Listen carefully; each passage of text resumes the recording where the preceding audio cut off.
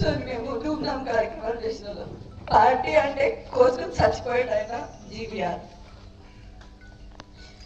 మీ అందరితో ఏ పార్టీలో ఉన్నా ఏ నాయకుడైనా కూడా మీ ఇంట్లో ఏం సమస్య ఉందో కనీసం మీ పేరైనా గుర్తుపెట్టుకోలేదు తెలియదు, కానీ మీ ఇంట్లో ఉన్న సమస్యతో మీ బంధువులతో ముడిపడి ఉన్నాడు.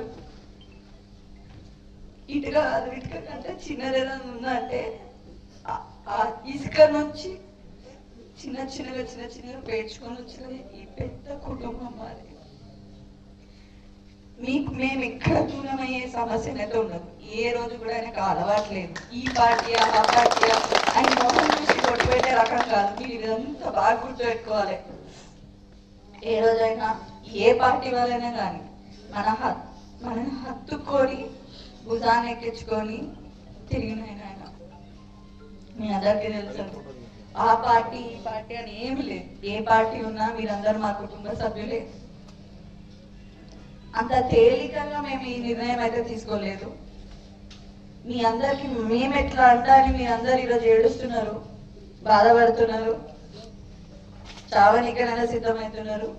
అట్లనే కేసీఆర్ సార్కి గువ్వల బాలాజీ కూడా అంతే. ఆయనకి ఏమన్నా అయిందంటే ఈయన తట్టుకోడు. ఆయన మీద ఈగ వాళ్ళనియను అని చెప్పిన ఆయన ఈరోజు ఇంత పెద్ద నిర్ణయం తీసుకున్నంటే మీరందరూ ఒక్కసారి ఆలోచించాలి. మనకు ఒక్కసారి కాదు, 2 సార్లు కాదు, మన మీద ఎన్నిసార్లు దాడులని మీ అందరికీ తెలుసు. ఏ రోజు ఎవరు కూడా మన దగ్గరకు వచ్చిందంటే లేదు. ఆయన పులి కాబట్టి నిలబడ్డాడు, తట్టుకున్నాడు.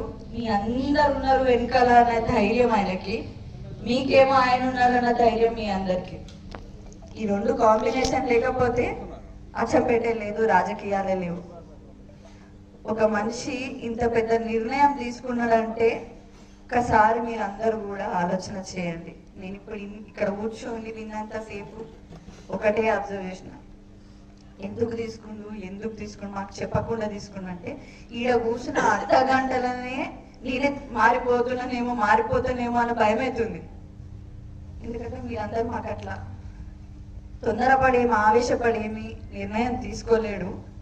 అన్ని కూలంకుషంగా కూర్చొని సంవత్సరం పాటు అందరినీ అబ్జర్వ్ చేసిన తర్వాతనే ఈ నిర్ణయానికి వచ్చిండు.